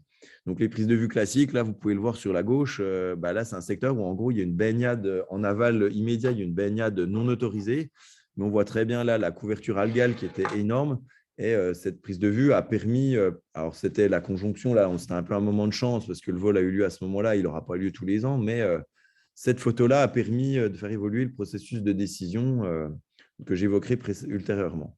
Et donc, la prise de vue infrarouge afin de cartographier notamment les refuges thermiques donc, qui sont en cours de traitement, ce qui peut donner ce type d'illustration. Donc là, on voit bien c'est le même secteur en bas en vue classique et en haut en vue infrarouge. Et on voit bien l'identification de zones de froidière qui sont des secteurs à préserver, par exemple, de potentiels usages ou qui constitueront des zones refuges, même si le chenal présente un échauffement important, les poissons, notamment les salmonidés, pourront aller se réfugier dans ces secteurs-là. Donc, c'est vraiment des zones à préserver, à privilégier et à essayer de maintenir et dans la gestion, on va dire, au long cours du cours d'eau et au moment des prises de décision très ponctuelles, au moment de la crise. Donc voilà les dispositifs qu'on a pu mettre en place. Là, je vais un peu vous présenter cette fois notre implication dans les instances de concertation. Donc, une participation à 15 cellules de veille sécheresse, donc avec une alimentation de notre part, comme je pouvais le dire, un point de situation des conditions locales de terrain évaluées grâce aux travaux qu'on a pu vous présenter précédemment. Et ça il y avait vraiment un fort enjeu parce que parmi les membres de la cellule de veille sécheresse, il y avait une faible vision des conditions réelles de terrain, au-delà des indicateurs statistiques présentés précédemment, mais qui reste malgré tout une vision sans que ce soit péjoratif, mais de bureau. Et là, nous, on amenait des clichés de terrain, des évolutions, des points problématiques sur de l'assainissement, sur des captages d'eau potable, au-delà de ce que pouvait produire l'ARS, où des dysfonctionnements pouvaient apparaître et pouvaient avoir des impacts très forts sur les milieux ponctuellement. Donc, ça permettait de régler des petites situations et également d'avoir une vision beaucoup plus réelle, vraiment, du terrain. Donc là, je vous ai simplement mis à titre d'illustration l'évolution des statuts réglementaires, des restrictions des usages de l'eau. Et donc, on peut voir qu'on est resté plus de 15 jours en situation de crise sur l'ensemble du département, avec chez nous un zonage entre eau superficielle et eau souterraine différenciée. Une participation à 2 réunions thématiques de crise concernant les activités aquatiques de baignade, de canyoning et de sport de pagaie, également, qui ont abouti à la restriction des activités de pêche du 9 août au 18 septembre en vue de l'enjeu. C'était vraiment la préservation du patrimoine piscicole dans des conditions très problématiques, avec une restriction donc de la pêche de loisirs sur l'ensemble des cours d'eau et plans d'eau de première catégorie, et également la deuxième catégorie pour le bassin de la Seille dès le 3 août. Et également une restriction sur les activités aquatiques du 16 août au 9 septembre, avec l'enjeu que je citais précédemment sur une pollution des eaux et également un dérangement de la faune, un fort risque de développement de cyanobactéries qui s'est avéré exact sur certains territoires, avec donc une restriction des activités de baignade, donc y compris là où elles n'étaient pas autorisées, ce qui était souvent une posture de l'administration. Là, elle a été explicitement interdite. De canoë-kayak, et également de sport de pagaie, de canyonisme et de randonnée aquatique, donc pendant presque un mois. Et également la participation à 11 cellules d'alerte de la basse rivière d'Ain. Donc là, c'est un dispositif local de concertation entre le département de l'Ain et le département du Jura sur l'ensemble de la rivière d'Ain, avec également donc, la présence sur la basse rivière d'Ain d'un secteur à enjeu à salmonidés, et donc la prise de décision de 9 lâchers d'eau depuis la retenue du Vouglan vers la basse rivière d'Ain, avec donc des arrêtés interpréfectoraux et donc une cellule de concertation multipartite. Et en autre action, donc des pêches de sauvetage ponctuelles, où là, le poisson est simplement capturé et déplacé, mais qui pose aussi d'autres questions. Donc, c'est des choses qui ont été réalisées, mais avec parcimonie. Des suivis sanitaires avec des prélèvements pour analyse notamment de poissons en partenariat avec le laboratoire départemental d'analyse du Jura, et la communication, la répercussion des communications préfectorales, mais pas que, sur les réseaux sociaux, dans la presse locale, de l'évolution de la situation.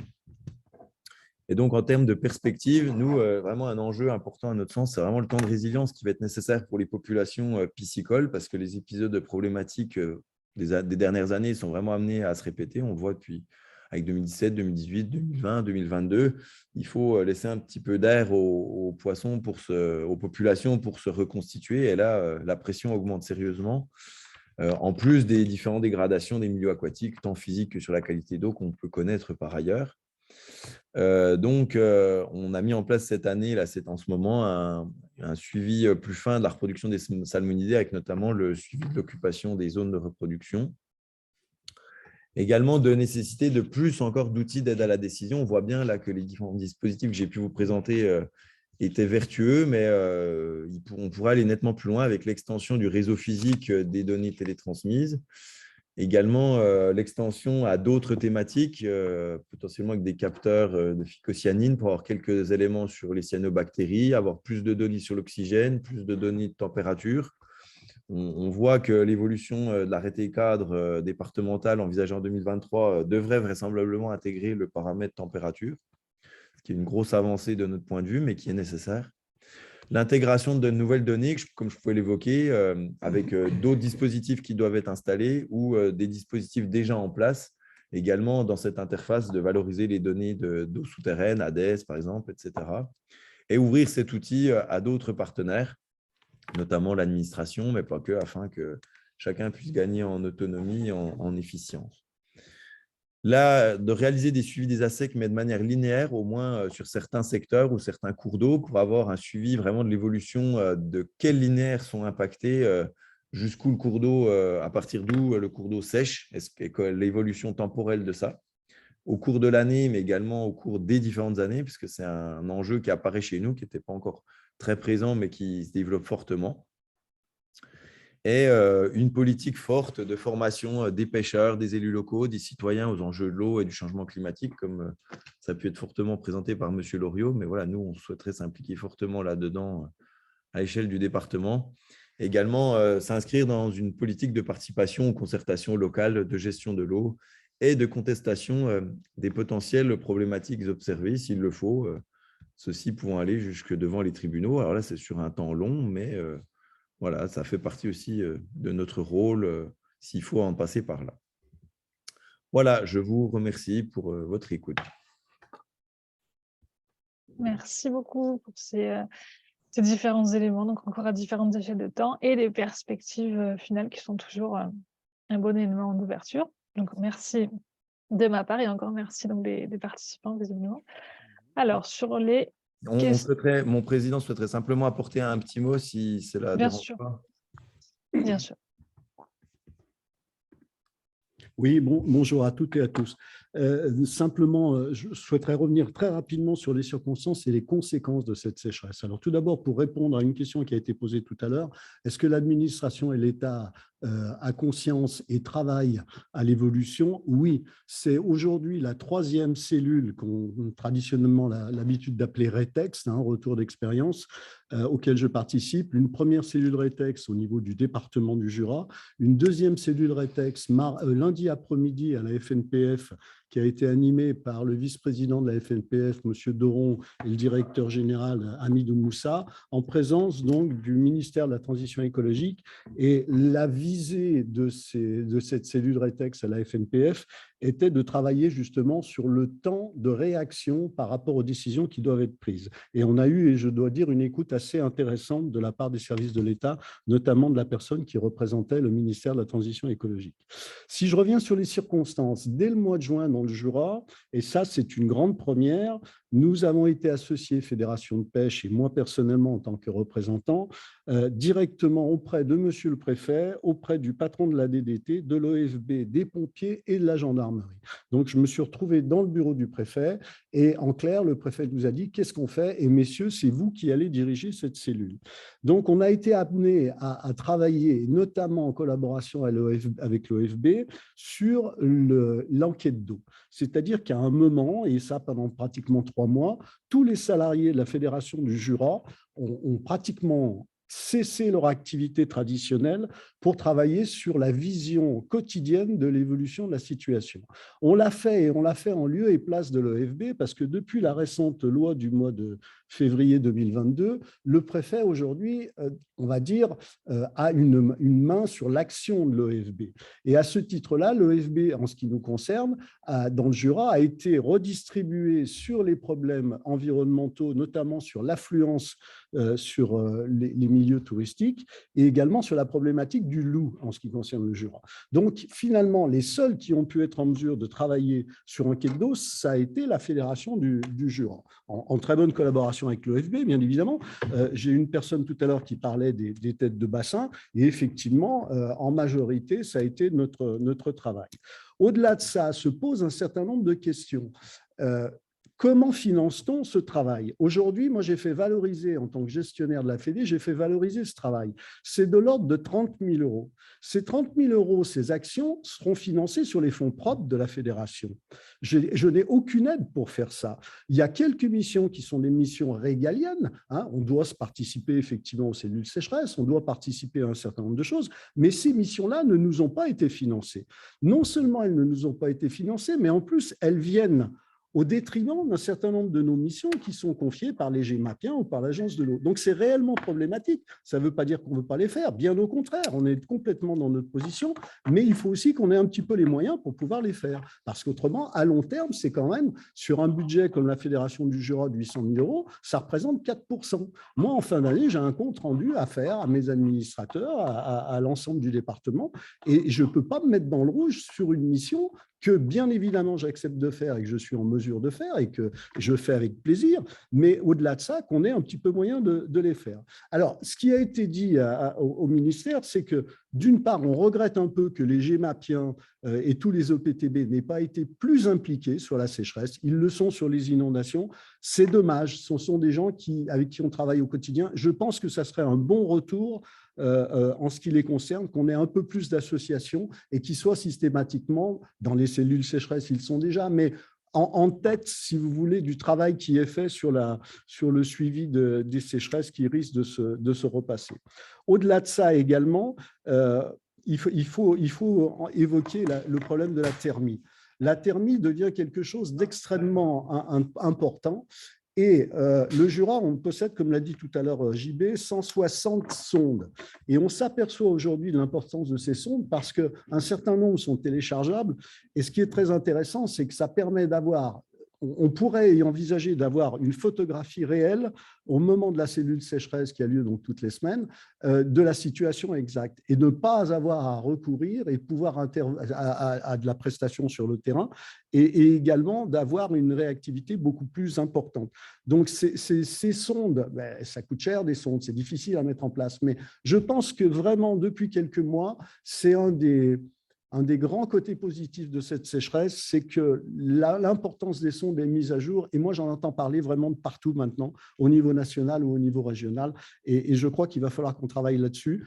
L'idée de pouvoir centraliser nos données au quotidien sur un outil informatique qui serait mis à disposition de l'administration, des GEMAPiens, et qui nous permettrait d'avoir une réflexion et d'avoir une idée générale pratiquement en temps réel de la situation, je crois que c'est vraiment l'avenir par rapport à ça. Voilà ce que je voulais vous dire. On a essayé de faire au mieux au niveau du Jura. Je sais qu'un certain nombre de fédérations nous sollicitent sur la manière de gérer la thermie. On est bien évidemment à votre disposition. Je sais que je vois que la Fédé du 70 est présente et je salue le président. Et à ce sujet, on est à votre disposition pour pouvoir éventuellement apporter notre expérience et peut-être vous rendre service dans ce domaine. Voilà, merci à tous en tout cas. Merci beaucoup. Merci pour l'intervention technique et les messages, parce que les webconférences, c'est aussi le lieu d'échanger avec beaucoup d'acteurs. Donc, merci beaucoup. Ça rejoint d'ailleurs voilà, ce qui avait été dit précédemment, ça rejoint aussi les questions. On vous demandait, la première, c'était sur le financement, donc j'y reviens pas. On a donc une autre série de questions, c'est un peu technique, c'est un peu décisionnel. Je les prends dans l'ordre. On vous demande si, dans cette période, vous avez observé plus de mortalité que d'ordinaire, notamment, visiblement, connaissant la problématique de la saprolignose par chez vous. Alors, c'est une bonne question. La saprolignose, en fait, souvent, elle ne se caractérise pas lors des périodes de sécheresse. En fait, c'est vraiment aux périodes hivernales, dans les mois qui viennent, là, en fait, où ça commence en ce moment. Mais c'est des phénomènes qui sont encore pas bien compris, mais qui sont certainement issus d'une remobilisation potentielle des toxiques en place dans les sédiments suite aux premières crues hivernales. Donc là, on commence un peu à s'interroger. Après, clairement, des épisodes de mortalité, oui, mais pas forcément beaucoup plus d'un point de vue sanitaire, mais simplement par manque d'eau, quoi. Enfin, tout simplement, quoi. Concernant Sapro, ce que je peux vous en dire, c'est qu'à l'heure actuelle, j'ai plus de questions que de réponses. Sapro, après avoir discuté avec des scientifiques, la sapro, elle existe dans toutes les rivières et elle est propre à chaque rivière. C'est un champignon qui est propre et qui a sa propre identité dans les rivières. Ce qu'on ne sait pas aujourd'hui, c'est pourquoi la sapro va se réactiver, par exemple, dans le Doubs, comme c'est le cas à Goumois, mais pas dans la Loue, s'il ne va pas se réactiver dans la Bienne ou dans différentes rivières. On ne sait pas ce qui déclenche l'action de sapro. On ne sait pas pourquoi certains poissons, notamment la population d'adultes, va être touchée alors que les petits poissons le sont moins. On ne sait pas pourquoi au sein de cette population adulte, certains passent à travers sans aucun problème alors que d'autres le sont. On ne sait pas quels sont vraiment les éléments déclencheurs. On met beaucoup en avant les épandages et notamment la présence d'azote.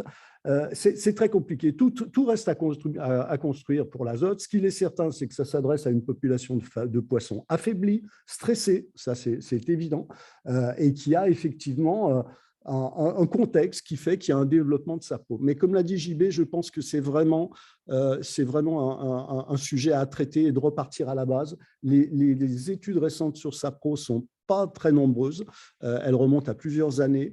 Il y a un certain nombre de pays, notamment les pays où il y a du saumon, Norvège et Suède, qui travaillent beaucoup sur sapro parce qu'il semblerait que les populations de poissons sauvages, au moment où elles passent sous les fermes d'élevage de poissons, soient infectées par sapro. C'est très compliqué, sapro. Donc effectivement, la Franche-Comté est souvent touchée par saprolegna pour différentes raisons, parce qu'effectivement, chez nous, on a un sol karstique, c'est pas très évident. Mais encore une fois, j'ai pas de réponse à l'heure actuelle et je pense pas que personne n'en ait au niveau des scientifiques. On a encore une fois beaucoup plus de questions que de réponses, malheureusement. Merci du coup pour ces éléments généraux, précis et généraux à la fois. Et du coup, sur l'activité pêche Oui, ça rejoint ce que vous avez un peu dit, mais sur l'activité pêche en général, quel impact vous avez vu dans ces périodes de sécheresse? Bon, En vous fait, avez très donné des peu. éléments. On a perdu 3% de cartes de pêche, essentiellement sur les cartes hebdomadaires et journalières pendant la période de fermeture de la première catégorie. Mais globalement, sur la pêche, non, pas vraiment. Il y a eu, alors il y a le côté politique de la chose, c'est-à-dire qu'un certain nombre de fédés sont contre les pêches de sauvetage, les pêches électriques, disant que c'est encore une solution pour encore plus stresser les poissons. D'autres, c'est notre cas, ont fait des pêches électriques et ont essayé de sauver un certain nombre de poissons. Ça, après, je dirais que c'est un dimensionnement qui est un peu politique au sein de chaque CA fédéral. C'est toujours pareil, s'il s'agit de sauver des poissons et qu'on ne sait pas où les mettre, autant les laisser où ils sont, ça c'est évident. Et puis encore une fois, le contexte des pêches, il faut que nos chargés de développement soient des gens compétents, ce qui est le cas. Ce n'est pas facile de faire des pêches de sauvetage quand il fait 30 degrés et que l'eau est chaude. Je dirais qu'il n'y a pas vraiment de position là non plus. Ce sont des positions qui sont propres à chaque fédération, à chaque département, au contexte géographique, à un certain nombre de choses. Mais sur la pêche en elle-même, il est certain qu'en ce qui nous concerne, la fermeture demandée par la majorité de nos APPMA de la pêche en première catégorie nous a permis de fermer également les activités aquatiques. C'est-à-dire qu'en envoyant ce message en administration qui est les pêcheurs sont des gens sérieux, réfléchis, qui sont prêts à des concessions, on a pesé, grâce à la qualité de nos rapports avec Jeunesse et Sport, sur également la fermeture d'autres activités aquatiques aussi pénalisantes que peut être la marche dans l'eau, que peut être le canyoning ou ainsi de suite. On n'aurait pas fermé la pêche, on n'aurait pas eu la fermeture des activités aquatiques. C'est certain. Et sur les pêches de sauvetage, justement, il y avait des questions. On demandait si seulement les fédérations de pêche étaient habilitées à faire ces pêches ou pas. Et, Oui, alors en fait, tout ça, toutes les pêches électriques, que ce soit d'inventaire et autres, c'est encadré par des arrêtés préfectoraux, en fait, où du coup, dans lesquels on doit faire valoir nos compétences, le matériel qu'on utilise, etc. Donc, après, des bureaux d'études font des demandes ponctuelles pour des études, des choses comme ça, mais c'est vrai que nous, on a un arrêté annuel qui encadre notamment aussi les pêches de sauvetage et en cas de sécheresse et en cas de travaux également, ce qu'on peut faire en prestation au moment de terrassement, de réfection de piles de pont, etc. Donc, il y a un encadrement rigoureux de tout ça, sachant que voilà, c'est l'électricité là, qui est utilisée dans ce cas-là pour que ce soit le moins létal possible, mais que d'autres dispositifs peuvent potentiellement être utilisés en fonction des circonstances.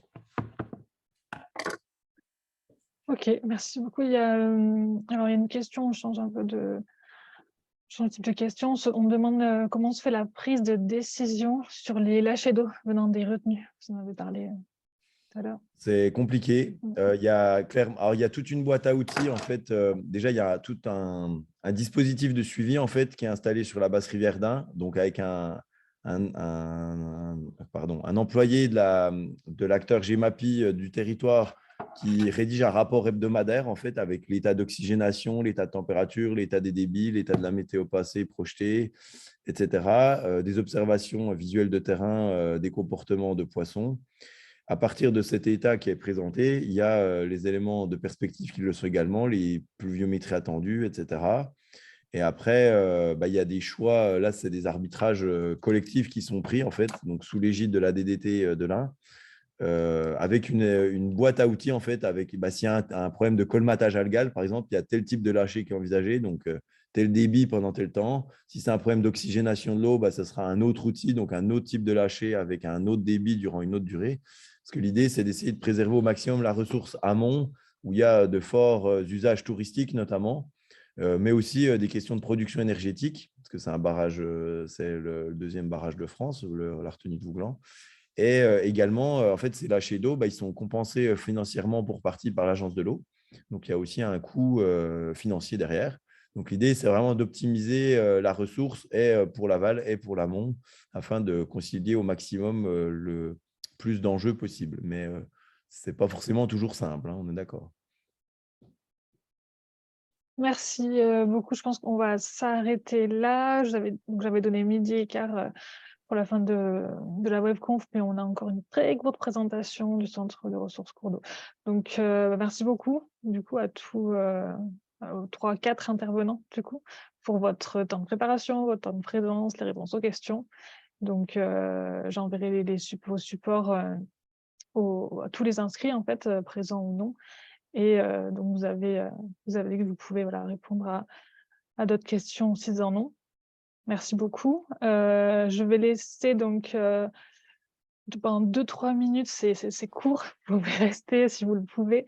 José Pérez de l'OFB vous présenter les actions du Centre de ressources cours d'eau, puisque cette webconférence est dans le cadre des actions de ce centre de ressources. Et voilà, et après on vous libérera pour le reste de la journée. José, si tu es prête. Bonjour, merci vraiment pour ces présentations hyper riches et on voit que ce sujet mobilise énormément. Donc, je vais être très rapide pour vous faire un petit bref aperçu du centre de ressources cours d'eau de l'Office français de la biodiversité. Donc, c'est un dispositif d'accompagnement technique des acteurs qui peut vous intéresser. Et c'est pour ça que je souhaite vous présenter ça rapidement. Donc, il y a 3 missions principales qui sont assurées par le Centre de ressources cours d'eau. Animation des réseaux d'acteurs qui rapprochent les acteurs qui sont en réseau à différentes échelles territoriales, donc le niveau national, régional et européen, avec son appartenance au réseau européen pour la restauration des rivières. La deuxième mission principale est la contribution au transfert de connaissances et au partage de pratiques, donc par l'organisation de différents événements comme cette webconférence aujourd'hui, par des journées techniques, de la formation également. Et puis également, la troisième mission principale, c'est produire et mettre à disposition des ressources techniques sur différents sujets prioritaires qui répondent à des besoins. Et donc, toutes ces missions contribuent au développement des compétences des acteurs, des professionnels qui ont en charge la gestion intégrée durable des milieux aquatiques et de l'eau.